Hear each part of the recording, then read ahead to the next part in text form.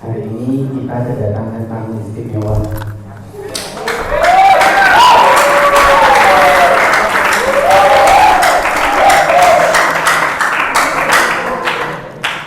Iya, jangan sia-siakan ya. Maju orangnya, persiapannya masih banyak tempat di depan.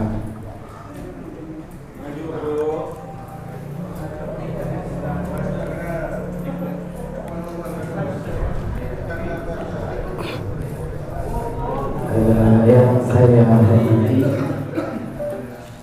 dan saya takdimi seluruh pengasuh Pondok Pesantren Amakhoyah, yang saya hormati Kepala Sekolah SMA Amakhoyah beserta seluruh jajarannya, yang saya hormati seluruh panitia pembukaan siswa kelas akhir tahun 2024, yang saya hormati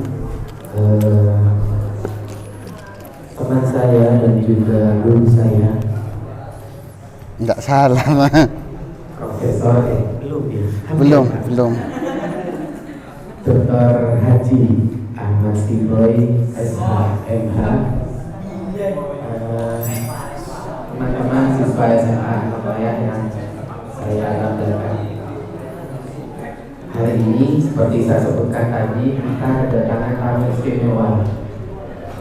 Beliau ini adalah alumni Amakhoyah, alumni SMA Amakhoyah. Kalau tidak salah tahun 2009 lulus.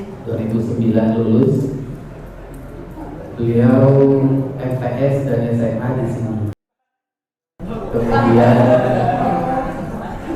Kemudian melanjutkan pendidikan perguruan tinggi di salah satu universitas di Malang, Universitas Islam Malang, S2 Brawijaya Pak ya. Brawijaya. Sekarang sedang menyelesaikan penelitian untuk profesor ya.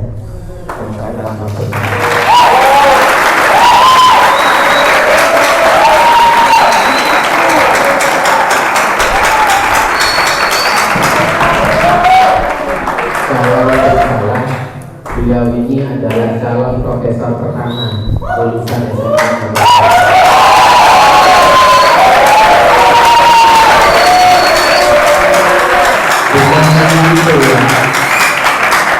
Beliau ini juga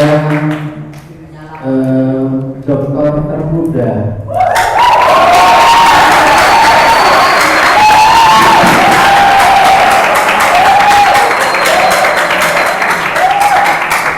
Jadi yang belakang jangan sia-siakan. Ini kesempatan mas kalian aja menimba ilmu kepada orang besar ya. Acara hari ini akan dimulai dengan pembacaan Al-Fatihah, kemudian dilanjutkan dengan pengajian yang akan berlangsung selama kurang lebih 45 menit untuk penyajian, 15 menit untuk tanya jawab, dan akan diakhiri dengan penyerahan kenang-kenangan oleh kepala sekolah.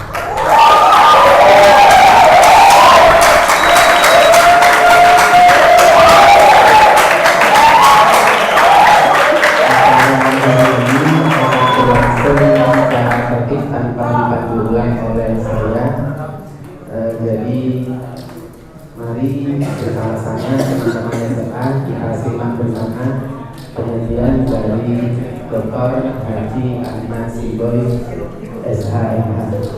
Itu Bapak, kita silakan. Sana ya, aku pakai laptop soalnya.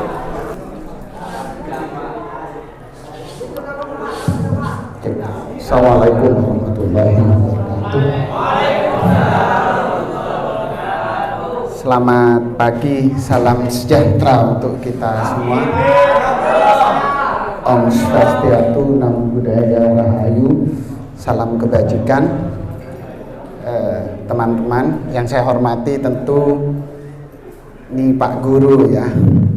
Saya bingung juga kalau di sini Pak Umam, karena Pak Umam ini sejak di MTS sampai SMA, beliau ini atasan saya. Jadi kita naik, kalau teman-teman lihat foto saya yang ini saya sedang menjalankan tugas dan perintah dari Pak Umam. Karena waktu itu Pak Umam adalah ketua OSIS SMA, saya sedang ditugasi sebagai ketua panitia masa orientasi siswa.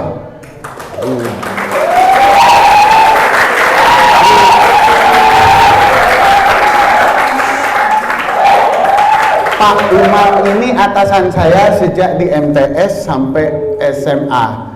Jadi saya 2 tahun mendampingi Pak Umam jadi ketua OSIS ya. Oke teman-teman, kita santai. Saya sebenarnya undangannya jam 9 tapi di kontak jam 8 tadi. Padahal saya masih menyeruduk kopi gitu. Jadi saya kalau di kantor dimanapun jarang berkenan kalau jam 8, karena jam 8 itu jam makan dan jam ngopi serta ngerokok. Biasanya begitu.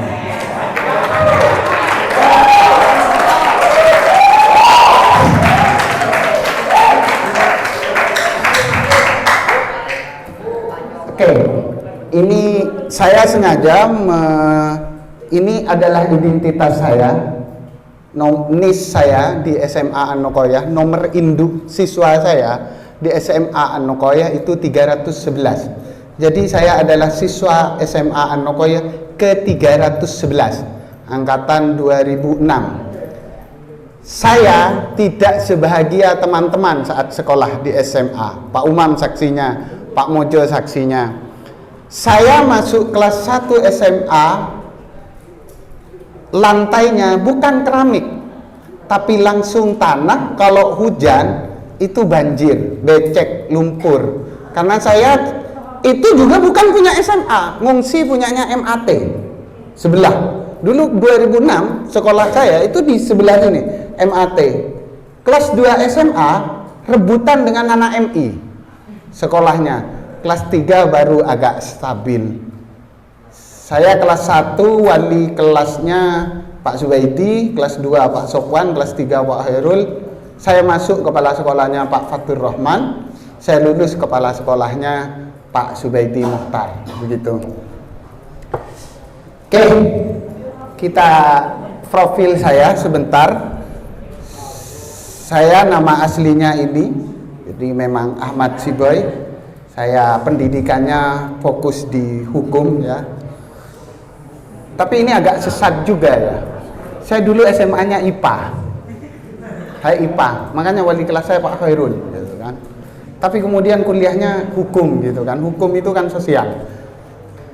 Saya Sumenep, sekarang jabatan fungsional saya adalah lektor kepala atau seringkali disebut associate professor ya. Karena semoga tahun depan tidak ada halangan, saya dikukuhkan menjadi guru besar di Indonesia, menjadi guru besar termuda untuk sebuah bidang. Karena tahun depan saya berusia 33 tahun, dinobatkan guru besar. Saya ingin mengulang sejarah bahwa saya menjadi doktor termuda di Indonesia dalam bidang hukum tata negara. Saya lulus doktor usia 26 di 10 PTN terbaik di Universitas Brawijaya, Malang. Pekerjaan saya sekarang sebagai dosen tetap di Unisma, kemudian dosen luar biasa di Fakultas Hukum Universitas Brawijaya, dosen luar biasa di Fakultas Hukum Universitas Muhammadiyah Malang, orang NU ngajar di kampus Muhammadiyah. Dosen luar biasa di Politeknik Negeri Malang, orang sosial ngajar vokasi. Ini identitas penjajah sejati.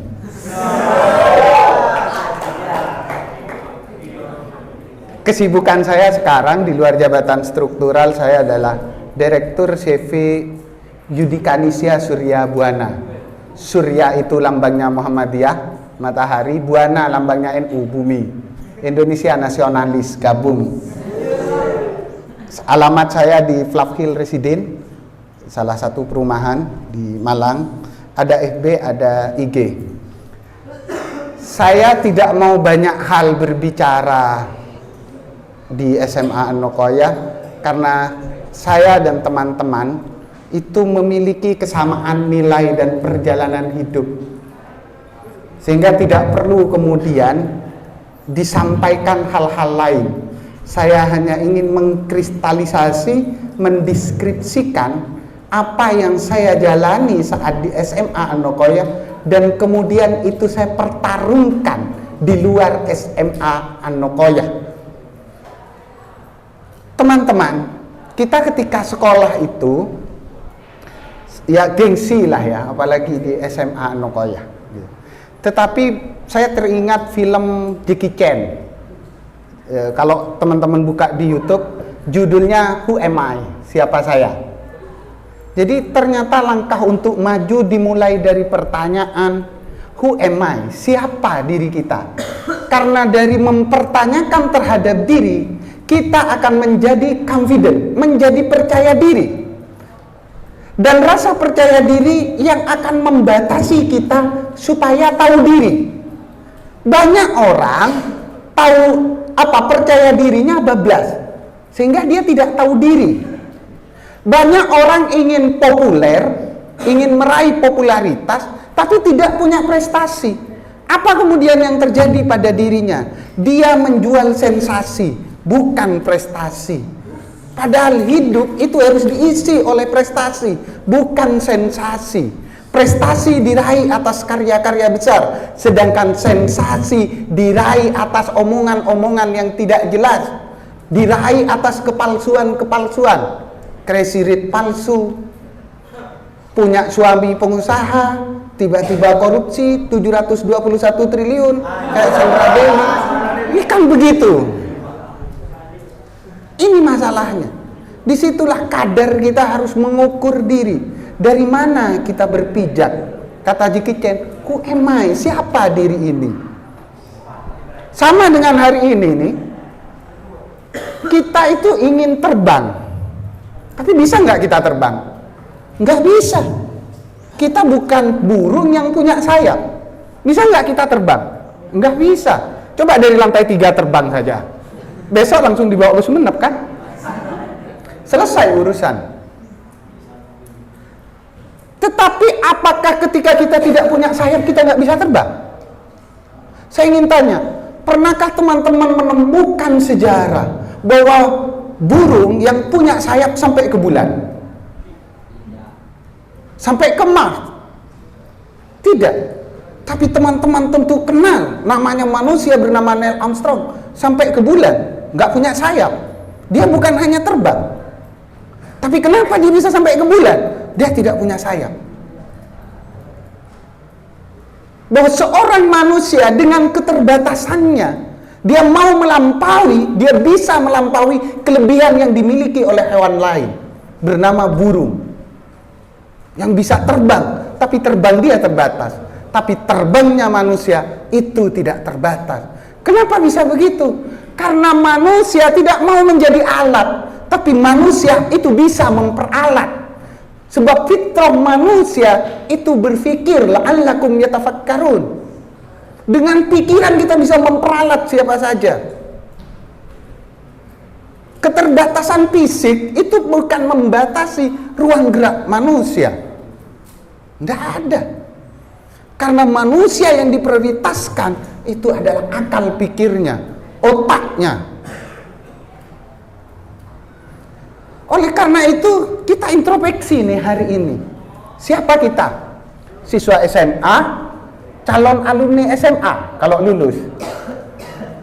Tapi santai, sekarang nggak ada UNAS ya. Kalau saya dengan Pak Umam dulu masih ada ujian nasional itu. Jadi asta-asta penuh dari kita itu menjelang ujian ya. Nah, sekarang nggak ada. Siapa kita? Kita siswa SMA An-Nokoyah. Kalau kita pendekatannya pada aspek pesimistik, kita ini sekolah swasta. Murah. Berapa sih sekolah di sini? Saya kasih tahu. Kalian bisa cek di Google. Senior High School, Tazkiyah International Boarding School, yang hanya setengah kilo dari rumah saya. Kalau saya rokokan di balkon lantai 2 rumah saya, kelihatan tuh sekolahan. Kalah hotel bintang 5. Masuknya inden 3 tahun, uang pendaftarannya 45 juta. Kuliah di Muhammadiyah Malang, di Unisma, di UB, itu hanya 8 juta. Ini SMA. Ada lagi namanya Al-Mahira. Wah, itu bukan main. Karena kepala sekolahnya satu perumahan dengan saya. Ya besar Pak rumahnya Pak, kalah dosen. Itu SMA. Dari situ SPP teman-teman paling gratis gitu. Paling kalau bayar cuma berapa? Waktu itu saya bayar, saya waktu cerita dengan istri saya, Babak dulu SMA berapa? 12.500 per hari, per bulan, per tahun. Nggak percaya, nggak ada logikanya. Murah kita. Yang kedua, kita SMA swasta. Di mana-mana yang namanya swasta selalu menjadi nomor 2 daripada yang negeri. Itu sudah stigma yang berkembang di Republik ini. Makanya orang mau masuk negeri itu sampai nyogok segala macam. Sedangkan swasta harus mencari peserta didik. Di situ kita lemah. Ibarat manusia ingin terbang nggak punya sayap. Kita lemah.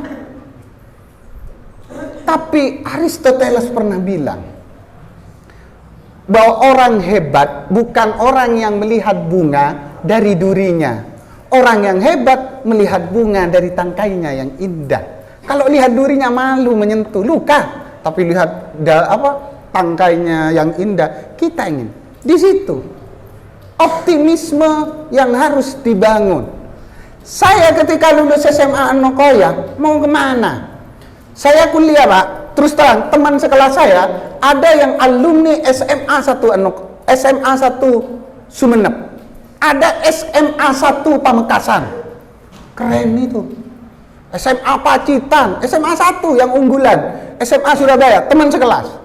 Ayahnya siapa? Ketua Pengadilan Agama, Kapolres, Kajari. Wes. Selesai. Kalah pada titik itu.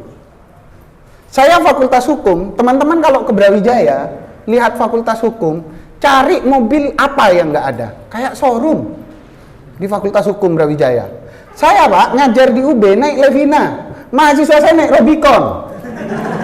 Hak ini, fakta. Nih teman-teman nanti setelah lulus main-main aja ke Malang. Teman-teman ke UB atau lihat YouTube-nya itu. Ya Allah ya Karim, naik Rubicon mahasiswanya.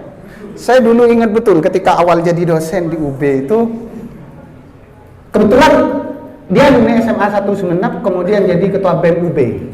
Namanya Raihan Al-Fajri. Dia mahasiswa saya di Hukum Tata Negara. Ya teman-temannya sugih lah. Saya ngajar jam sore begitu, capek saya pulang naik Vario putih begitu. Dengan gagahnya lah dosen naik Vario kan. Doktor padahal. Pulang dari UB, banyak lampu merah kan macet, traffic jam tinggi. Hujan-hujan gerimis, saya pakai jas hujan begitu. Jas hujannya mahal lah, Penguin lah 200.000 gitu kan. Jas hujannya tok yang mahal. Nyampe lampu merah saya berhenti. Ada Mini Cooper, berhenti juga, buka kaca. Pak, duluan katanya. Satu, apa kekalahan saya? Saya sendirian, jomblo. Yang kedua, mahasiswa saya dengan ceweknya naik Mini Cooper. Ya dia hormat sama saya. Tapi ada hati yang terluka begitu ya.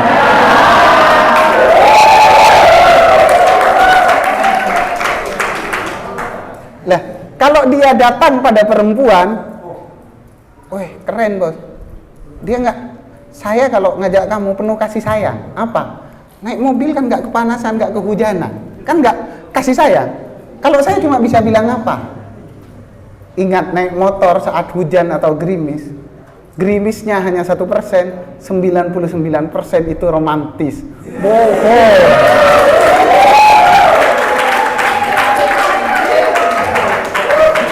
itu kata-kata manipulatif dari cowok miskin. Serius. Kata-kata yang pernah saya sumberkan kepada mantan-mantan saya.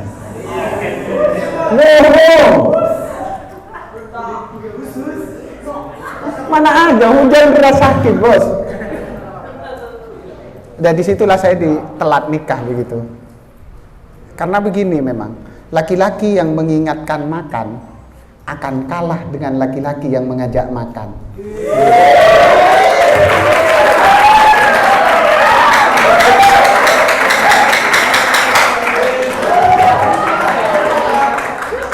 Sama dengan mencari ilmu. Kalau mencari ilmu hanya sekedar khayalan saya akan pintar, tidur saya akan pintar, maka nggak ada yang bodoh di dunia ini. Qalu subhanaka la ilma lana illa ma 'allamtana. Kalau turu aku bisa pintar, nggak ada. Kayak Ashabul Kahfi, dari mana tidur ya tidur tok, nggak dapat apa-apa. Inilah kita tahu kelemahan kita hari ini. Ketika saya bersaing dengan mereka kalah segalanya, apakah minder? Tidak. Saya punya prinsip bahwa pemenang itu tidak ditentukan oleh siapa yang start duluan. Pemenang selalu ditentukan oleh siapa yang sampai di garis finish duluan. Silahkan berangkat duluan. Pemenang tidak ditentukan siapa yang berangkat duluan, tapi siapa yang nyentuh garis finish duluan. Kan begitu. Boleh saya berangkat dari SMA swasta, boleh dari pondok yang kamar mandinya 1 untuk 10 orang. Kan begitu di pondok-pondok saya Lubangsa dulu kan. Ruwet juga. Kalau saya mau saingan sama mereka kalah, Pak. Mereka berangkat dari kosnya naik mobil sudah. Kalah kan saya, tapi saya nyampe kampus duluan. Kenapa? Saya jalan kaki, dia naik mobil kena lampu merah. Saya jalan kaki masuk gang, nyampe juga kan. Kalau Pak Umam ini dulu kuliahnya karena saya tahu satu kampus, ini tinggal lompat lorong ini di Indomaret kan enak mau belanja gitu kan. Kalau saya masuk gang di belakang pasar lah ini, kontrakan. Saya nggak pernah ngekos ya, saya kontraktor, pindah-pindah kontrakan. Apakah saya akan kalah dengan alumni SMA Sumenep, SMA Pamekasan? No. Saya yakin Tuhan meletakkan saya di Anokoya itu pasti ada nilai lebihnya. Yang nilai lebih itu harus kita optimalkan. Bagaimana kita bisa melampaui, menyalip orang-orang ini. Dan itu hanya ada di SMA Anokoya. Saya ulangi, hanya ada di SMA Anokoya. Apa itu? Yang pertama, SMA Anokoya berada di lingkungan pesantren. Kalau sudah berada di lingkungan pesantren, apa yang ada di dalamnya? Kemandirian. Anak kota itu nggak akan mandiri, makan siang orang tuanya kok. Kalau nanti makan siang gratis ya, karena Prabowo yang jadi.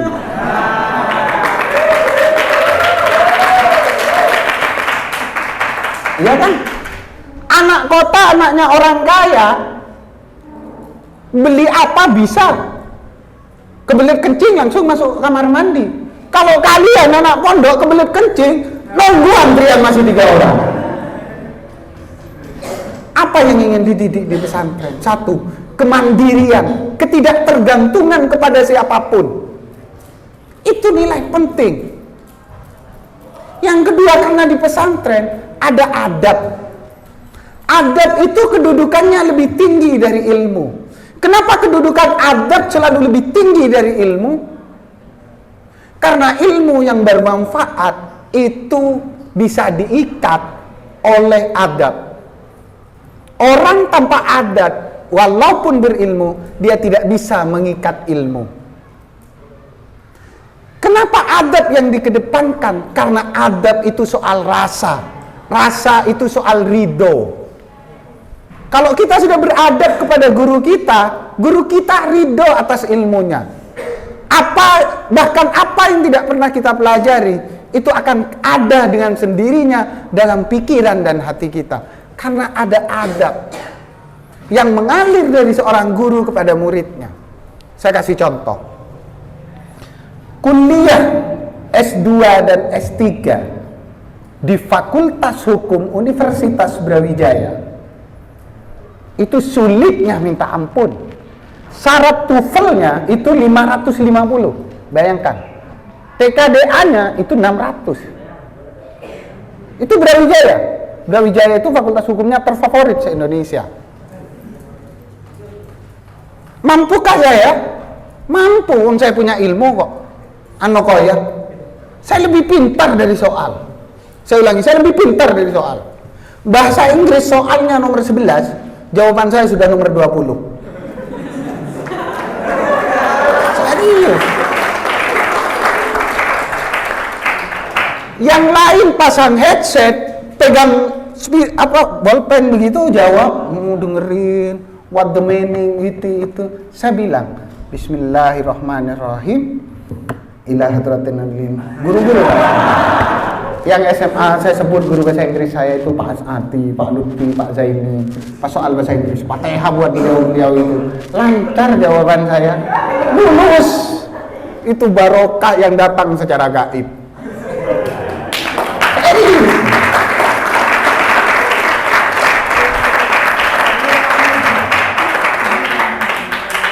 Mana ada yang jalur-jalur tikus ke Tuhan lewat jalur belakang seperti itu. Hanya diajarkan di pondok kan.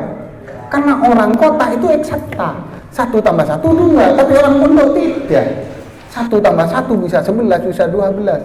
Oh itu baru ada kehidupan yang tidak bisa dinalar hanya dengan soal rasio. Buktikan saja, kalau Anda deketi perempuan hanya mengandalkan rasio, gagal. Perempuan itu bermain pada tataran rasa. Perempuan kalau didapatkan rasanya rasio belakangan. Banyak kan yang ya wajahnya pas-pasan, istrinya cantik kan begitu. Nah biasa kan, rasionya dimainkan. Kalau bahasa kalian dukunnya lah begitu ya. Kelebihan di SMA Nokoya yang menjadikan kita hebat itu satu, kesiswaan. Kesiswaan ini apabila bergandengan erat dengan barokah, ini akan menjadi keistimewaan yang menjadi nilai khusus atau keunikan kepada alumninya. Di SMA Nokoya ada itu. Saya kasih contoh. Pak Umam dulu OSIS, saya anggotanya. Saya nggak bisa bayangkan kalau saya nggak aktif di OSIS, saya bisa menjadi wakil dekan termuda misalnya. Saya menjadi seorang direktur, menjadi seorang ketua lembaga. Tidak bisa. Yang kedua, kalau orang mau jadi profesor itu bukan sekolah, tapi kepangkatan. Kepangkatan, profesor itu kepangkatan. Jadi istilahnya kalau baru jadi dosen, pangkat pertamanya bintang 1 itu asisten ahli. Bintang 2 itu namanya lektor. Bintang 3 itu lektor kepala. Baru bintang 4, jenderal, Kapolri, Panglima TNI. Itu namanya guru besar atau profesor. Lah saya masih di bintang 3. Masih asosiat profesor, lektor kepala. Apakah ini kuliah? Enggak, ini kepangkatan, kum. Harus punya jurnal. Syarat menjadi guru besar itu cukup 1 jurnal internasional bereputasi namanya. Jadi itu indeksasinya global, Amerika sana. Jurnal itu tulisan, saya punya 11 Scopus hari ini. Dosen Instika belum ada yang saya tahu lah. Dosen saya banyak pensiun, hanya mencari 1 jurnal tidak bisa. Hanya 1, saya sudah 11. Saya alumni SMA Anokoya. Apakah itu murni saya dapatkan ketika saya kuliah? No. Keberhasilan saya menembus jurnal internasional bereputasi itu karena waktu SMA saya adalah salah satu pendiri majalah Tafakur. Jadi kalau teman-teman lihat majalah Tafakur edisi pertama, itu saya koordinator redaktur pelaksananya.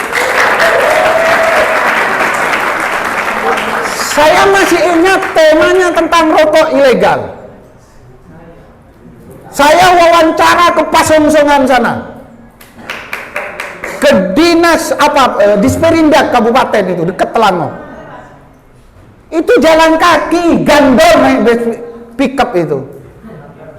Gak ada biaya kayak SMA kota. Pulangnya dibotakin sama pengurus lagi. Itu fakta. Kalian bisa cek. Jadi ketika saya berefleksi hari ini, kenapa sih saya bisa tembus jurnal internasional? Saya mitra, kalian cek Scopus saya, itu penulis keempatnya. Saya penulis pertama, penulis keempatnya itu Profesor Dr. Hilary Teknam from USA, dosen Amerika, kolaborasi dengan saya. Coba kalau saya nggak belajar nulis di majalah Tafakur, apa bisa saya bisa menulis hari ini? Tak bisa.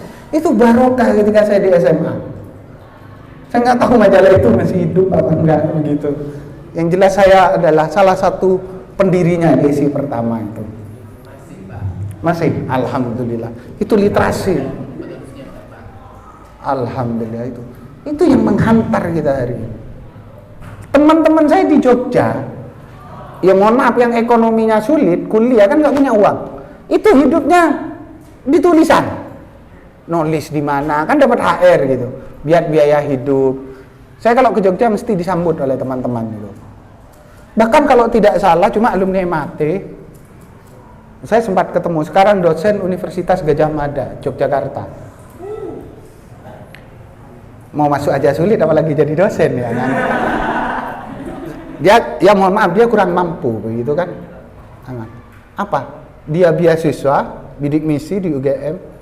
Kehidupan sehari-harinya ditopang dengan menulis baik di majalah maupun di koran. Apa nilai ini?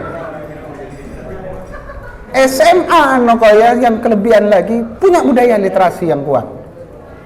Teman-teman nih sekarang bisa baca koran, baca majalah. Apa yang saya selalu teriang-iang itu ketika di Malang? Waktu pondok kan nggak boleh bawa HP. Dulu ingin baca saja, itu baca koran di depan masjid saya. Di SMA, itu antri, hanya ingin baca Kompas dan Jawa Pos. Kalau anak kota kan tinggal pakai HP. Apa maknanya hari ini? Lulusan pondok, literasinya bukan literasi abal-abal. Kalau orang kota, itu literasinya abal-abal. Sebab dia literasinya dari tabah YouTube. Yang potong-potong itu. Dari IG, nggak jelas sumbernya. Ngaku ustadz, nggak bisa baca Fathul Qorib. Kan aneh gitu. Tapi kalau santri kan langsung baca pada kitab, baca pada buku. Kalau kota kan enggak, malas gitu. Nah itu yang penting, literasi kita menang. Oke, next. Setelah kita tahu siapa diri kita, maka kita harus tahu kemana kita akan pergi. Ila aina. Aina itu adalah bintang film di sinetron judulnya Bidadari Bermata Bening. Nama ceweknya itu Aina. Wah itu kalau memandang Aina tidak hanya membuat senang, tapi juga membuat tenang. Gitu. Kan begitu bahasanya laki-laki. Kemana kita akan pergi? Kita yang masih SMA, yang terpenting itu adalah mencari ilmu, bukan ke KUA. Usianya berapa sih?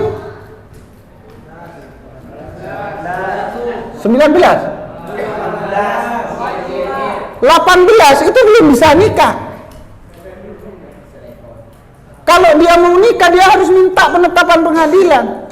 Karena undang-undang perkawinan usia minimal itu 9 tahun. 19 tahun. Orang Madura kan ngakali KTP. Kalau di kota nggak bisa. Karena undang-undang. Kenapa undang-undang seperti itu? Supaya setelah lulus SMA, kita itu mencari ilmu, studi lanjut. Ini kan orang pondok nih. Coba kita ingat kisah Nabi Sulaiman. Ketika Nabi Sulaiman itu ditawari apakah mau tahta atau wanita, dia mintanya apa? Ilmu. Fafahamna Sulaimana wa kullan ataina hukman wa ilman wa sakharna ma'ad Daud al-jibal. Dia minta ilmu, kenapa? Karena ilmu dapat mendatangkan harta, dapat mendatangkan tahta, dan tentu akan mendatangkan wanita.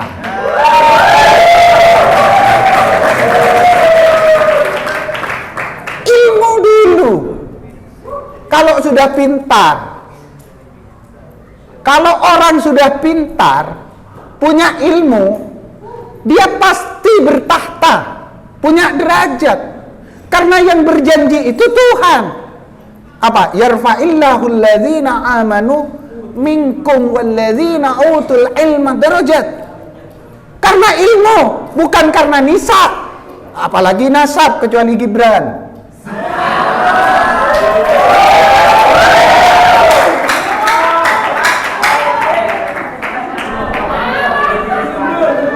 Karena ilmu.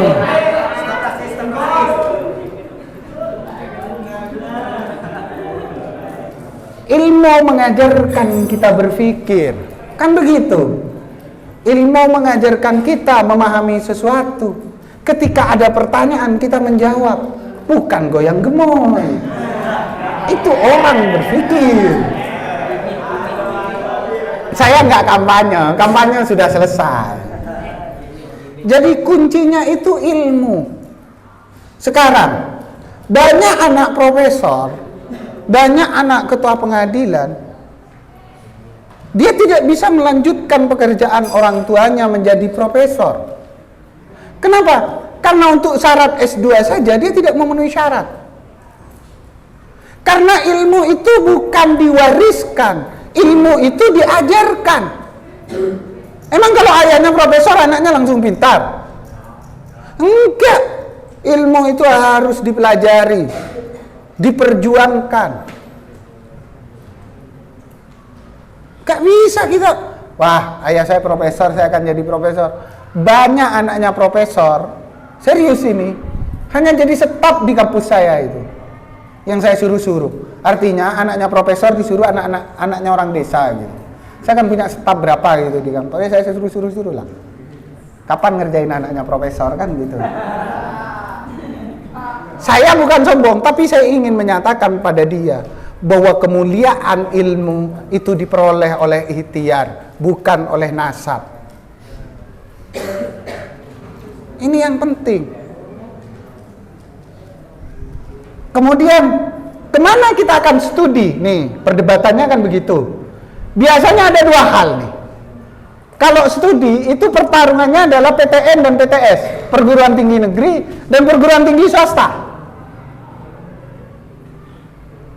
Mau masuk negeri itu ngantri, bahkan nyogok. Masuk swasta itu selalu dianggap remeh begitu, gampang. Karena kampus swasta nggak ada peminatnya. Serius. Saya kan ngajar di kampus negeri, saya ngajar di kampus swasta. Saya sering jadi pembicara di kampus-kampus negeri. Mesti pertarungannya adalah PTN dan PTS. Lalu mana yang tepat? Pendidikan yang baik bukan terletak di mana kita belajar. Keberhasilan di dunia pendidikan terletak pada bagaimana kita belajar. Bukan di mana, tapi bagaimana. Teman-teman kuliah di kampus sebesar UI, Brawijaya, UGM, besar sekali.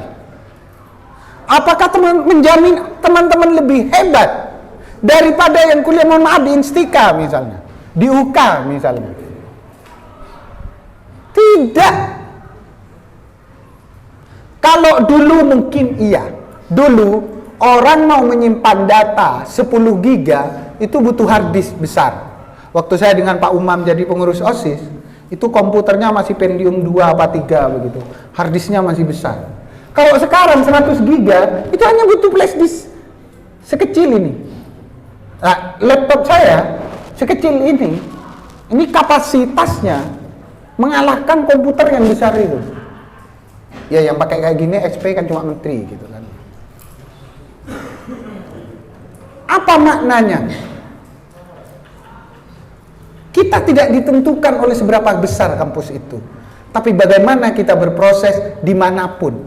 Sekarang teman-teman kuliah di Instika Syariah, tapi ingin belajar hukum, tinggal aja buka YouTube, kuliah hukum tata negara, Prof. Yusril Iza Mahendra, selesai kan? Sekarang kan banyak di YouTube. Sekarang kompetisinya lebih terbuka, terletak pada diri kita. True story, hak demi Allah. Saya kan sama Pak Umam ini di PTS dulu, perguruan tinggi swasta. Waktu itu ada pertemuan alumni An-Nokoyah di Malang. Ada alumni SMA juga, kuliah di Unmu, kuliah di Brawijaya. Weh, sombongnya minta ampun bos. Mentang-mentang dia berada di kampus alumni SMA ini, PTN. Tapi apa yang terjadi? 5 tahun saya datang ke kampus dia. 5 tahun 5 tahun setelah reunion itu saya datang ke kampus dia. Dan dia masih di sana. Saya datang sebagai dosen dia sebagai mahasiswa saya.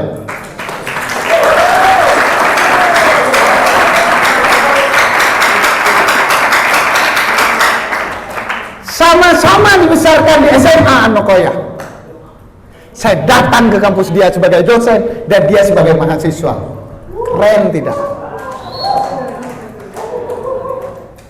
Ini swasta menjajah tempat lain yang bagi mereka saat masuk itu lebih besar. Karena nggak pernah ditentukan. Bagaimana dengan teman sekelas saya yang alumni SMA 1 negeri itu, Semansa, Semada? Lamar dosen nggak jadi, lamar beasiswa nggak jadi. Saya SMA jadi. Selesai urusan. Jadi bukan eranya mempertarungkan PTN dan PTS, bukan. Sekarang eranya adalah bagaimana memperkuat kapasitas diri. Banyak alumni SMA, banyak alumni kampus negeri yang sekarang jobless, pengangguran. Saya punya asisten, itu alumni kampus negeri. Serius. Saya kalau jadi saksi ahli apa begitu, ya guyon-guyon saja saya. Bukan eranya berebut PTN dan PTS, tidak sekarang. Tidak penting label itu. Di mana saja, yang penting diri kita. Dibuatlah bernilai ini diri ini. Biar jadi ini barang. Tapi kan kita nggak pernah ya. Yang ketiga, kita kalau mau next studi lanjut, itu memilih sesuai fashion. Fashion siapa? Orang tua, guru, teman? Tidak.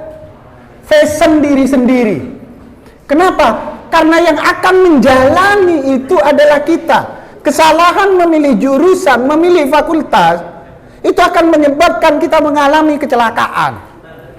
Sama dengan kita mau menikah, masih ikut era Siti Nurbaya, dijodohkan. Sorry, eranya beda bos.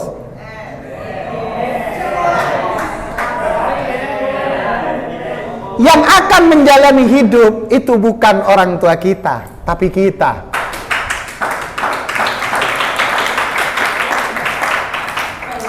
Satu jam bersama orang yang tidak kita cintai, itu serasa 10 tahun. 10 tahun bersama orang yang kita cintai, itu terasa 1 detik.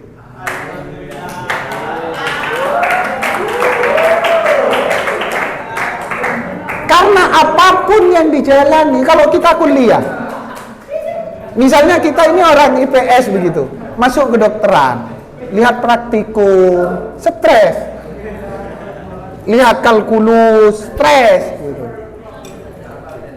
Saya kalau lihat, kebetulan fakultas hukum itu tetanggaan dengan prodi matematika kalau di tempat saya. Saya kalau lihat anak-anak matematika gitu, bawa kalkulus apa gitu, apa yang saya ingat langsung? Pak Fatur Rahman, Pak Om. Pak Fatur kalau bawa buku matematika tebel gitu, atau Pak Usman, saya lari ke toilet dengan teman-teman. Ya, Nom Rizal itu ketua saya, ketua kelas saya dulu itu.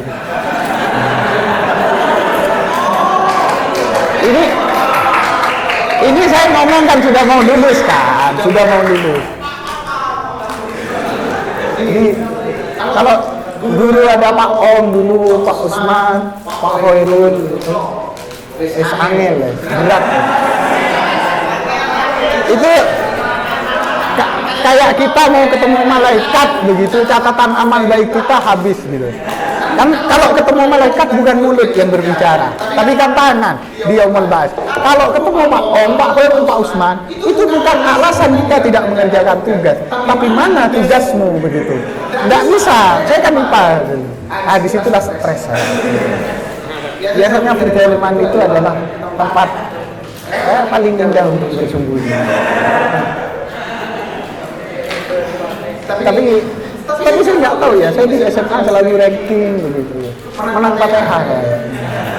Kalau teladan jatahnya Pak Umam. Nah, Pak Umam pernah teladan.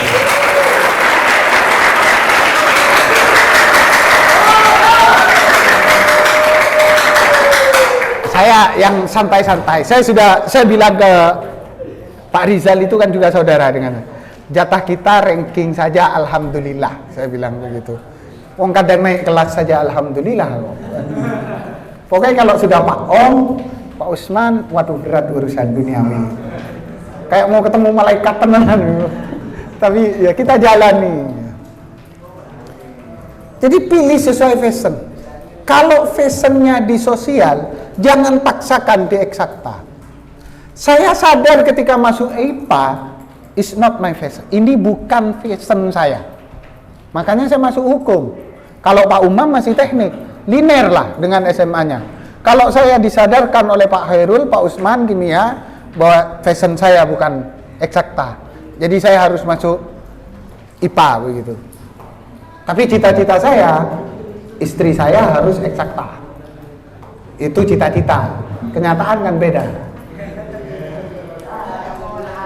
Milih sesuai fashion, jangan sampai kuliah itu semakin dalam, bukan semakin luas. Sekarang IPS ada ekonomi, ada sosiologi, ada apalah ila akhirih. Tapi ketika kuliah, jurusan sosiologi beda dengan jurusan ekonomi. Beda. Karena orang perguruan tinggi itu menunjukkan kepakaran. Yang namanya pakar itu satu bidang. Saya yang hukum, nggak bisa bicara hukum perdata. Nggak bisa bicara hukum pidana. Ya paling tahulah pintu-pintunya. Karena saya kepakarannya hukum tata negara. Kayak Mahfud MD lah begitu. Mahfud kan mau pensiun kan. Kalau bukan saya siapa yang menggantikan kan begitu. Sesama orang Madura biar nggak dagang sate sama toko kelontong saja kan. Madura kan dikenalnya cuma dua, sate dan toko kelontong. Spiritnya bagus ya. Anda itu bisa jadi spirit belajar. Buka 24 jam. Tutup setengah hari pas kiamat. Sekarang nggak boleh 24 jam, buka 25 jam. Oh, kalau itu di bawah kita belajar kan canggih gitu. Ya, tapi wong Duro ya. Saya kan sudah bukan orang Madura. Ya. Istri saya Sidoarjo, rumah saya Malang. Saya ke Madura cuma transit saja. Ini tadi malam saya datang jam 11, nanti jam 2 saya balik lagi ke Malang. Hanya transit lah. Nggak bisa lama-lama di Madura, sumuk.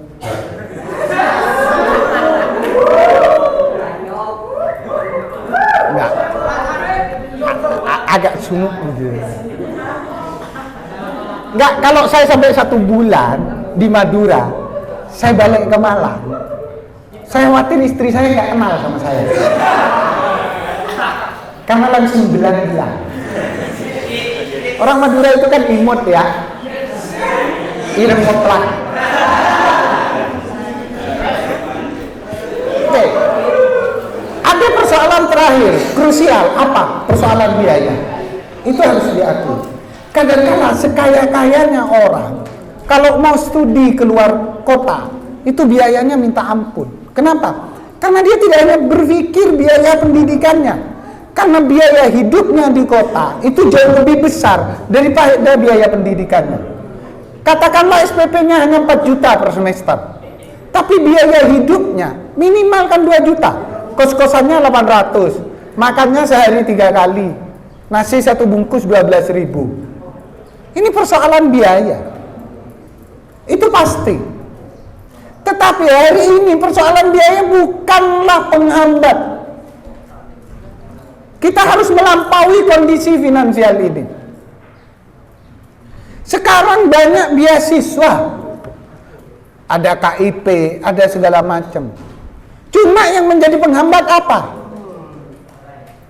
Kita tidak bisa memenuhi kriteria beasiswa itu. Saya kasih contoh. Waktu saya S3, Kementerian Pendidikan itu menyediakan alokasi beasiswa 100.000 dosen. Tidak ada. Hanya 7.500 dosen yang memenuhi syarat. Kemenak menyediakan 10.000 program doktor. Tidak terpenuhi. Tahun ini LPDP, tahu nggak LPDP itu beasiswa? Dia itu bukan beasiswa bagi saya itu. Wis oke nih dapat LPDP. Sudah kuliahnya di luar negeri, ya, satu. Yang kedua biaya hidupnya lebih besar dari gaji dosen. Teman saya, ini kursi saya, sekarang di Austria, di Vienna. Kuliah S3. Anak istrinya diajak ke sana. Apartemennya saja 1 tahun itu 800 juta. Itu negara yang bayarin.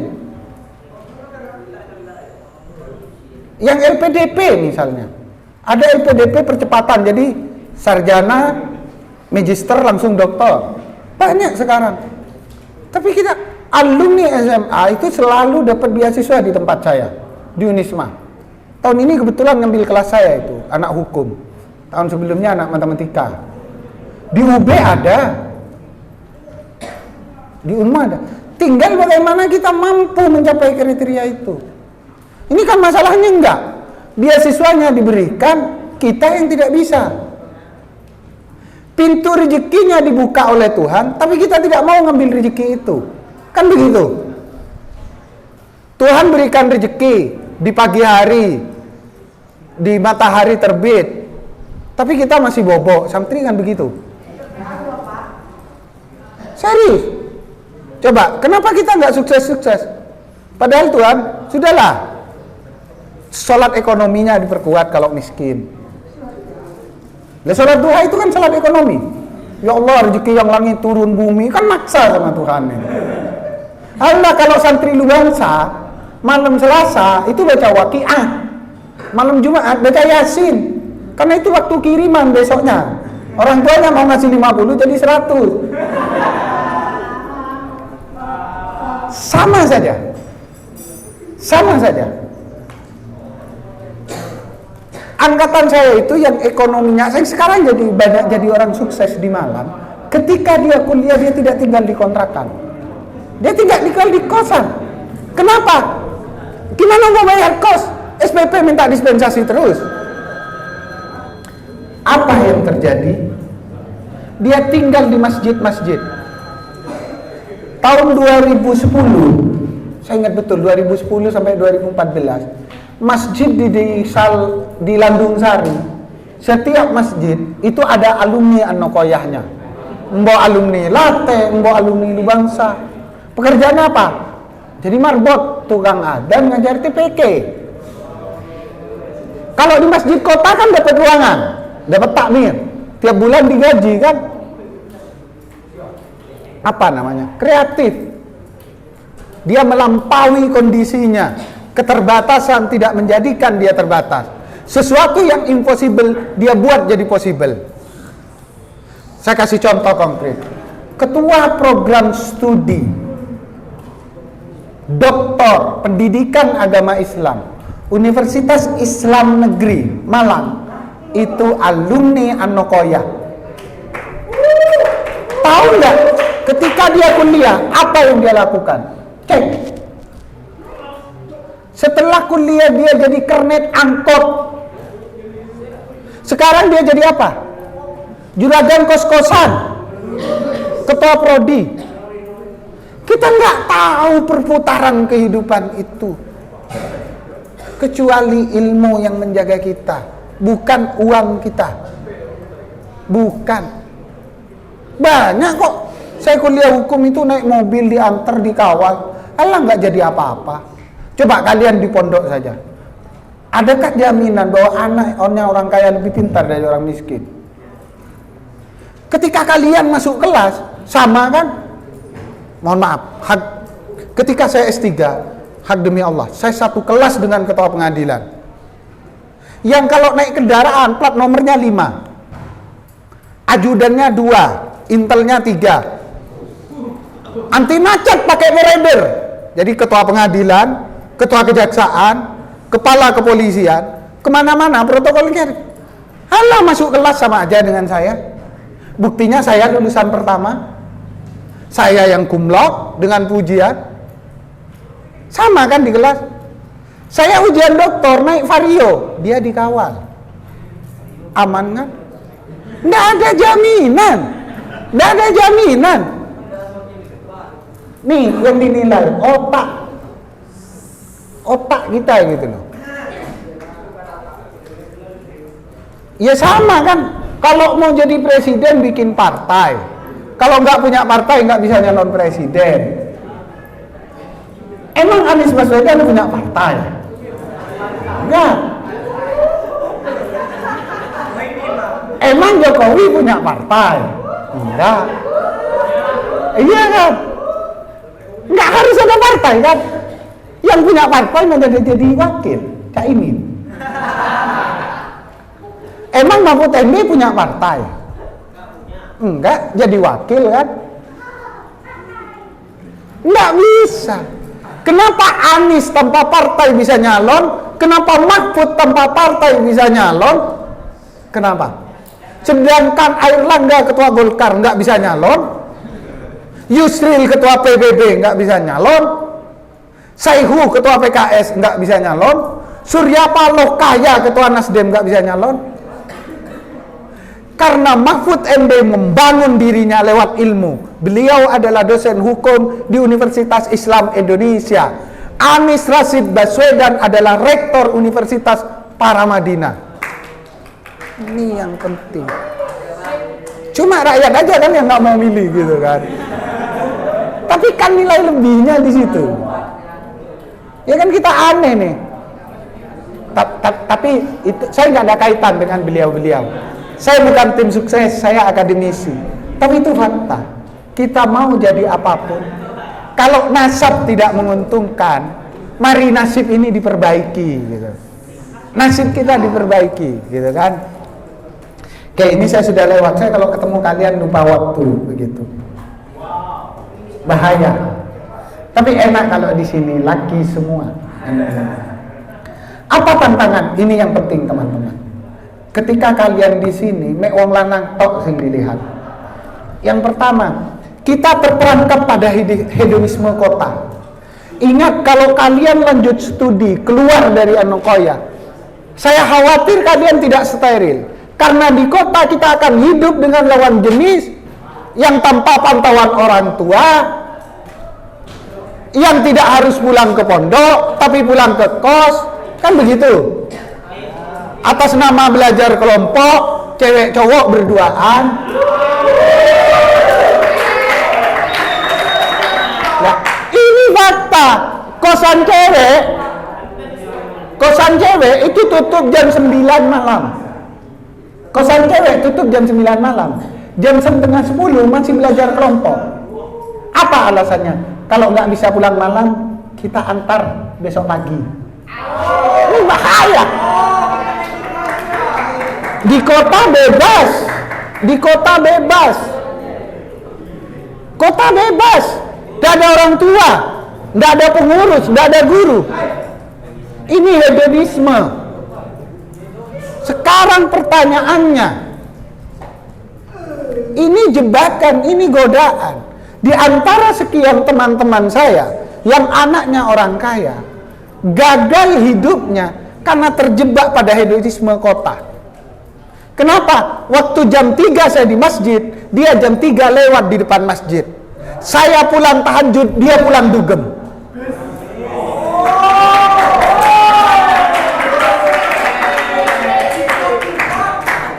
Saat saya wisuda, jadi wisudawan terbaik, dia datang ke tempat saya wisuda, bukan sebagai wisudawan, tapi orang yang mengucapkan selamat, karena dia studinya terbengkalai. Itu fakta, hedonisme kota. Apalagi anak pondok, wong lihat santri pakai kerudung, nggak iso make up, nggak bisa skincare. Kalian sudah kuserahkan hidupku untukmu. Allah. Santri lihat perempuan aja, wih pokoknya perempuan, langsung engkau segalanya, aku mencintaimu, berikut segala derita dalam dirimu. Allah. Lihat santri pakai kerudung pink, langsung teriak-teriak. Dia tanya ke Amir biasanya kan ada. Pakai kerudung pink sambil ngaji Yasin, lihat kerudung pink. Wih, sok tambah khusyuk. Terus habis itu baca doa, setelah itu teriak-teriak sambil nyanyi, ping ping ping ping. Karena kerudung pink kan, ping ping ping ping, aku ingin pingsan di hatimu.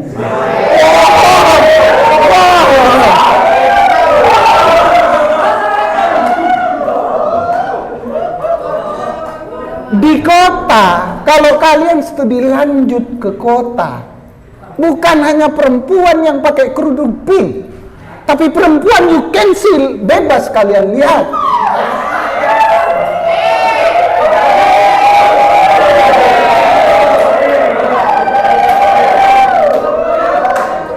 Bukan hanya santri yang bedaknya pakai mustika ratu yang bisa kalian lihat, tapi seorang perempuan yang skincare pakai Aurel, Natasha, Santi yang merah-merah gimana gitu.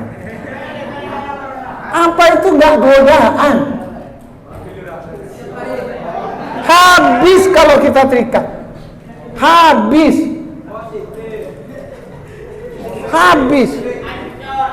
Coba bayangkan kalau kalian nggak pernah di pondok, akan jadi apa? Nggak tahu hukumnya berduaan dengan perempuan. Kalau kalian di pondok, minimal alumni Anokoya, kalaupun pacaran di kota, itu pacarannya masih Islami.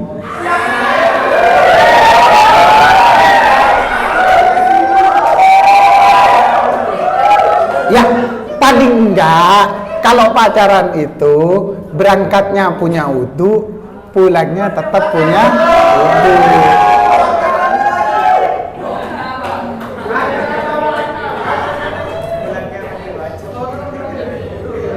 Itu. Tapi karena kita di pondok kita tahu bahwa salah satu cobaan orang tidak berhasil itu salah satunya adalah perempuan. Kalau kita tergoda dengan jalan setan yang berbaju perempuan, kita habis. Tujuan utama kita tidak akan tercapai. Baik. Ini bel makan apa bel apa? Oke, 5 menit lagi nih. 5 menit lagi Pak Umar. Saya ingat betul begini. Kalau kita tergoda kehidupan kota itu dengan yang namanya manusia bernama perempuan gitu. Berat ya. Kita tidak akan sukses. Kenapa? Kuliah, astagfirullahaladzim. Saya kan ngajar mahasiswi ya sekarang. Nggak ngajar kayak kalian nih. Mahasiswi kota, tanya Pak Umam. Apalagi di Brawijaya. Masya Allah.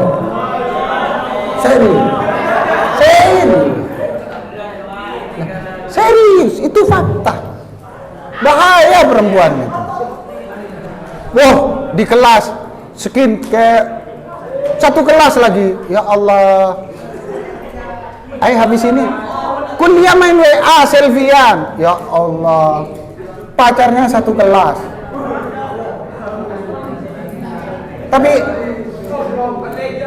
Tapi kalau pacarnya itu masih satu kelas, itu belum hebat bagi saya. Karena teman satu kelas itu haram untuk dijadikan pacar. Teman satu kelas itu hanya bisa dijadikan selingkuhan.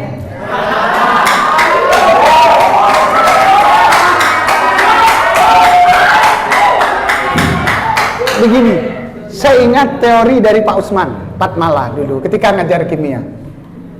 Di MTS beliau ngajar fisika.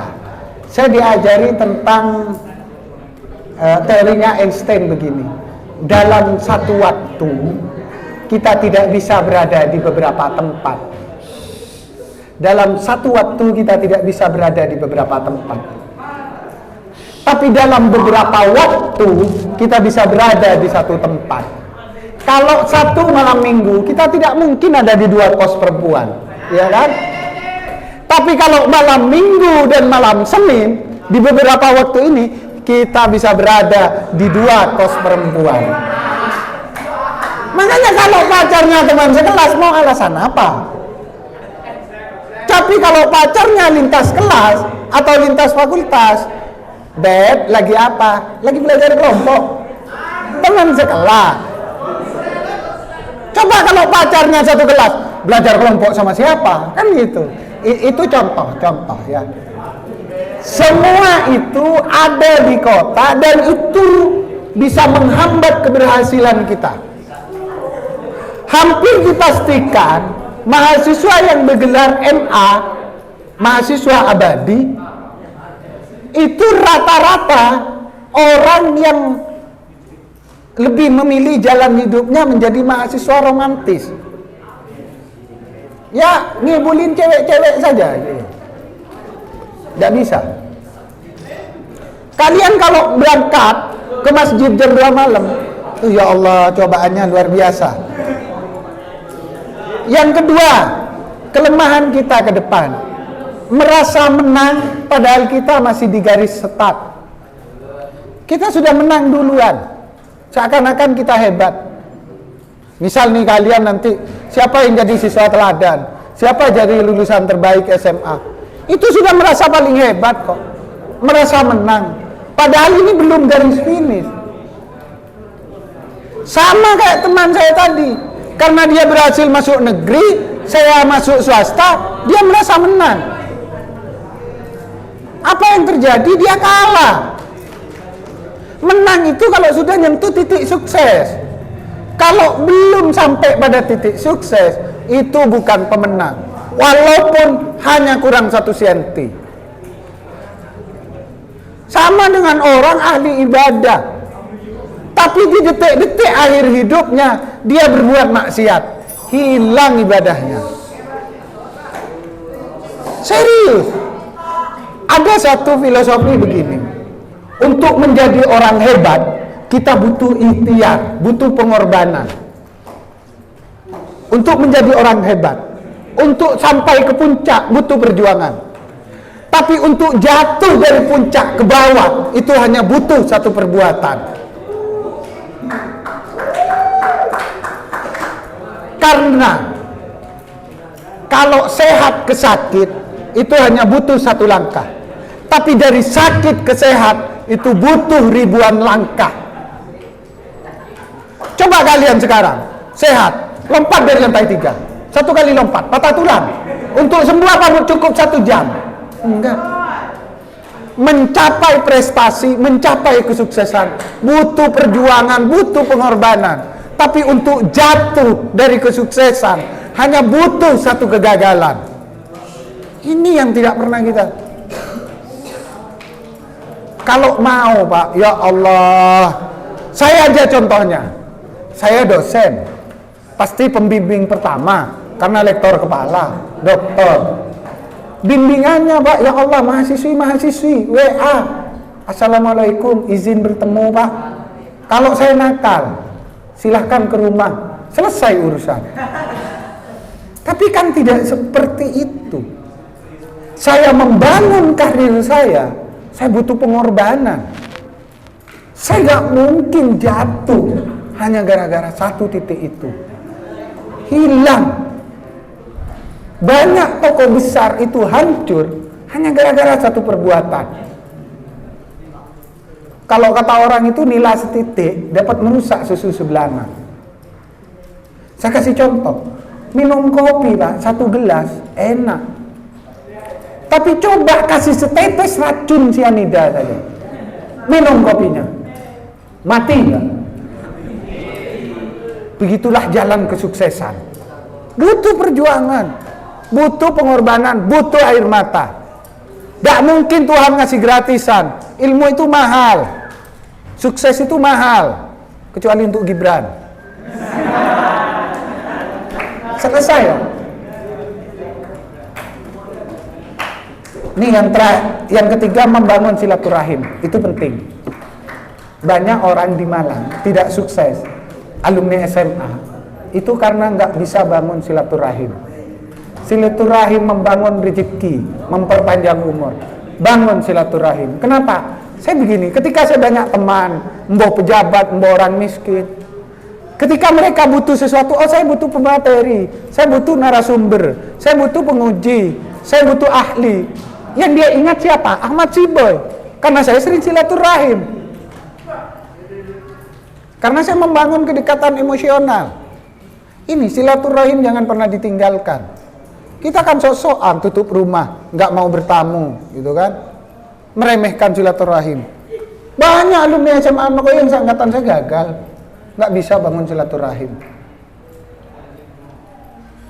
Saya lucu itu, Pak Umam kalau tahu guyon. Mantunya Yai Akla itu yang sekarang itu teman sekamarnya alumni SMA Anokoy sekelas sama saya. Apa yang dia omongkan? Aku jadi kiai, mondok di Late, teladan hamdalah diniyah katanya. Di sini aku rajin. Kok aku nggak diambil mantu kiai? Oh, malah teman sekamarku yang menurutku itu tidak sealim saya. Itu alumni SMA Anokoy. Ini karena teman saya gagal silaturahim. Uang ke rumah saya jajaran kok. Ya, sampai sekarang masih kontrakan dia. Sementara saya dengan yang lain sudah punya rumah. Nggak mau membangun komunikasi. Sama dengan kalian, nggak punya nomor HP orang. Siapa yang akan kalian hubungi? Apa fungsinya HP kalau nggak ada nomor WA? Nggak ada. Tujuannya kan untuk membangun komunikasi, membangun jejaring. Nah, ini kita sombong nggak pernah silaturahim. Saya jujur saja bisa jadi karena jaringan. Ilmu tanpa koneksi itu nggak menjadikan kita apa-apa kadang-kadang. Koneksi tanpa ilmu juga nggak menjadikan kita apa-apa. Lah kita kenal, tapi nggak punya sesuatu yang orang lain butuhkan ada pada diri kita. Ngapain juga? Kita punya sesuatu yang dicari orang lain, tapi orang lain nggak kenal kita. Itu nggak bisa apa-apa. Kan begitu. Kira-kira kalau suatu saat saya nyalon wakil gubernur Jawa Timur, SMA ini kan dukung saya. Oh itu alumni SMA. Kan paling nggak begitu. Yang terakhir, biasakan kita itu merangkul, bukan memukul. Kita ini kebiasaan dengan memukul teman, kita akan sukses. Politik kita masih politik pecah bambu. Apa? Nginjak teman, ngangkat diri kita. Tidak. Era sekarang is not only competition. Tidak hanya kompetisi. Era sekarang adalah era kolaborasi. Era bekerja sama. Saling mendukung satu dengan yang lainnya. Dan inilah era yang dikehendaki oleh Al-Quran. Karena Al-Quran bilangnya ta'awanu 'alal birri wat taqwa, tolong menolong dalam kebaikan, bukan menjatuhkan. Apa yang kita jatuhkan dengan orang lain? Apakah ketika kita menjatuhkan A, menjelek-jelekan A, kita akan sukses? Tidak, yang ada dosa kalau dia tahu dia benci sama kita. Apalagi hari ini kita suka memfitnah teman. Teman yang kita fitnah jatuh. Apakah kita menang? Tidak. Ketika kita berhasil menjatuhkan teman kita karena memfitnahnya, maka pada saat itu sesungguhnya kita telah mengibarkan bendera permusuhan dengan Tuhan. Karena Tuhan bilang al-fitnatu asaddu minal qatli. Kita bertarung dengan Tuhan. Karakter assassination pada teman menjadikan kita dihabisi oleh Tuhan. Ini yang tidak pernah ada di kita hari ini. Kolaborasi, kerjasama, saling membantu. Kita kalau ingin bercahaya tidak perlu mematikan cahaya orang lain. Cukup cahaya kita terangkan, semakin terang. Menyala bosku.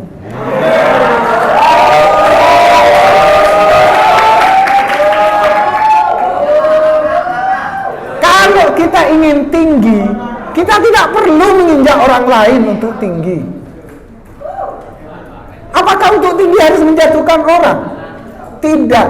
Tapi justru orang yang berada di bawah kita ikut meninggikan kita. Itu yang terpenting. Begitu. Ada juga alumni itu begini, SMA. Allah dia nggak apik.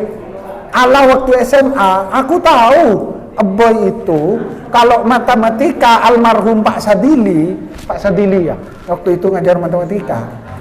Allah karim, boy itu sering di luar, sering izin.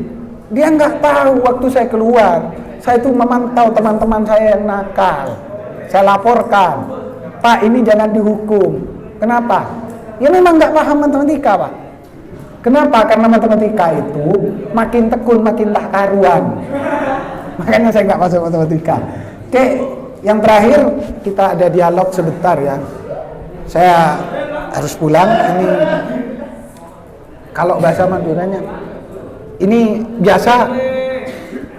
Saya baru beberapa hari yang lalu dari Solo. Ini kebetulan Hakim Konstitusi Prof. Eni dari UGM yang dissenting opinion. Yang kata-katanya saya senang. Cara terbaik menghina Tuhan adalah memutus dengan tidak adil. Itulah kenapa saya senang sama beliau. Ya, yang kedua, walaupun saya dosen, pakai dasi, ngajar, saya juga suka jalan-jalan ke Singapura, ke Cina, gitu kan. Iya kan, orang itu, ini yang masalah lagi. Kalau orang sudah ke Singapura, dibilang hebat. Iya kan? Padahal teman-teman tahu nggak? Saya ini saya pernah sarapan di Malang, makan siang di Singapura, makan malam di Indonesia lagi. Pernah. Sering itu kelakuan teman-teman saya. Karena ke Singapura biayanya lebih murah daripada ke Sumatera yang sama-sama Indonesia. Kenapa kalau turis transitnya di Singapura? Nggak ke Jakarta langsung ke Bali? Ya karena murah. Saya kasih contoh. Saya kalau ngisi acara di Batam, kalau sudah di Batam ke Singapura itu cukup naik ferry. Kayak di Kamal Madura ke Surabaya. Kapalnya kayak gitu, cuma lebih dikit. Ongkosnya cuma 150.000. Tiket ke Batam, saya sering ke Batam begitu, itu 1.700.000. Surabaya Batam. Surabaya Singapura berapa tiketnya? 835.000. Pesawatnya sudah batik, bukan Lion yang pasti delay. Kayak pasar gandeng. Ah itu Lion itu. Pesawat paling tidak nikmat gitu. Jadi jangan bangga. Kita ini kan menilai karena cover, oh sering ke Singapura. Bohong. Nggak punya uang itu yang liburan ke Singapura. Saya kalau puyeng-puyeng begitu, ke Singapura aja sudah. Nggak usah nginep, kalau nginep mahal kan di sana. Ya naik gitu, naik pesawat. Lah, sekarang Surabaya, Lombok. Saya kan sering ngisi acara juga di Lombok. Di beberapa kampus teman di sana. Berapa ke Lombok? 1,3 tiketnya. Lah mending ke Singapura, negara orang. Modal paspor. Keren kan? Cuma saya nggak kerasan di Singapura. Satu, sulit cari nasi. Saya nggak makan kalau nggak nasi. Yang kedua, nggak bisa ngerokok sembarangan. Jadi jangan bangga. Ini SMA nanti studi turnya langsung Singapura gitu kan. Sehari aja. Foto. Paling nggak sejarah hidup kalian pernah ke luar negeri. Jadi keluar negerinya tidak harus umrah atau naik haji, begitulah ya kira-kira. Dan saya kalau ke Singapura itu gratis terus. Karena saya jadi pemateri kan di kampus-kampus sana. Ya manfaatkan teman luar negeri. Aku mau ke kampusmu gitu kan. Ya kita, oh ya wes. Saya sediakan forum. Sek susuk lah gitu. Misalnya kita diundang jadi narasumber mbok opo dek kono. Pokoknya dapat amplop lah. Kan $1 Singapura kalau dibawa ke Indonesia, satu kali ngisi di sana kan lumayan, dapat $100 misalnya, $200. Nek dibuat nasi gudeg kan enak sudah ya. Jadi itu. Jadi jangan bangga pada sesuatu. Ini kan anak-anak bangga. Serius. Saya kenapa Singapura bukan mau pamer, serius. Saya sedang berpikir Singapura itu betapa kecilnya. Singapura itu cuma 29 kali 49 kilo. Jawa Timur kalau dijadikan Singapura itu bisa jadi 5 Singapura. Kecil Singapura itu. Jadi kalau Singapura itu di Jawa Timur dipecah jadi 5 Singapura. Tapi di sana ya Allah bersih, tertib, nggak ada macet. Jadi Indonesia, apalagi lewat Pasar Ganding, Pasar Pakong, Pasar Bangkal, aduh letting kanan belok kiri. Saya ini pertama kali saya Singapura ya teman-teman, saya serius. Saya bareng dengan dosen Unmu yang biasa nulis buku dengan saya. Jadi ya kebiasaan kita minum aqua lah ya, bukan aqua apa namanya. Teman saya itu dengan gayanya ya, memang nggak beriman teman saya ini. Habis minum di depannya iPhone gitu, iPhone Store di sana itu, lah botol aquanya dilempar kayak dia beli minum di kemisan gitu kan, dilempar. Tahu nggak apa yang terjadi? Nggak nunggu 5 menit bos, langsung di samping kita ada pegang tangan $10, $10 bos. Kita debat what for? Buang sampah sembarangan. Apakah di Singapura ada an-nadhafatu minal iman? Nggak ada. Yang ada kan kalian yang tahu. Tapi kenapa kamar mandi kalian kotor di bawah? Di kamar kalian ada an-nadhafatu minal iman, di kelas kalian ada an-nadhafatu minal iman. Di Singapura nggak ada an-nadhafatu minal iman. Tapi kenapa kamar mandinya Singapura lebih bersih dari kalian? Karena kita tahu konsep, tahu ilmunya untuk kali, bukan untuk dipraktekkan. Mereka tahu ilmunya walaupun sedikit untuk dipraktekkan. Ini masalahnya.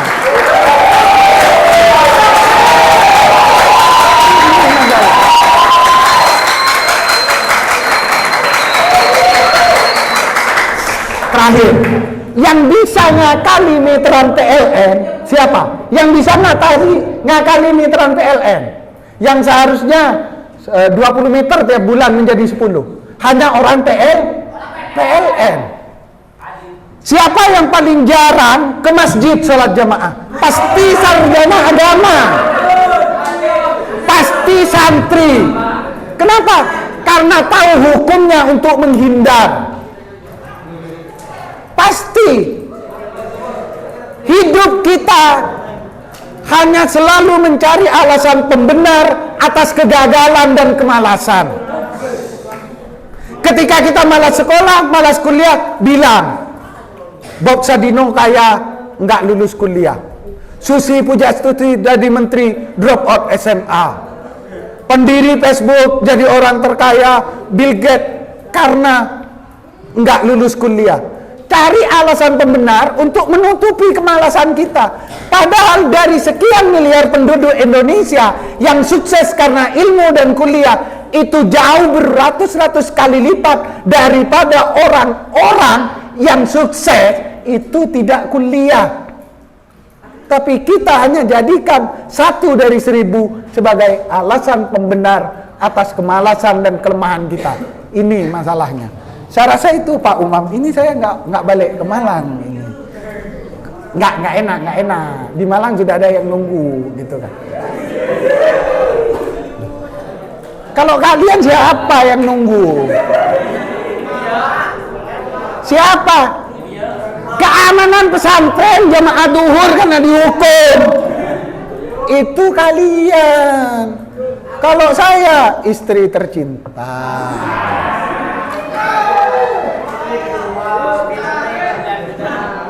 Mahasiswi. Nah, mahasiswa. Kan iya toh. Kalau kalian paling hadiran. Kok tahu Pak? Mantan. Saya rasa itu Pak Umam. Terima kasih telah menonton channel SMA Anukoya. Selanjutnya, jangan lupa subscribe, like, comment, share, dan join sosmed lainnya SMA Anukoya. Aktifkan lonceng YouTube agar Anda bisa menerima notifikasi video terbaru SMA Anukoya.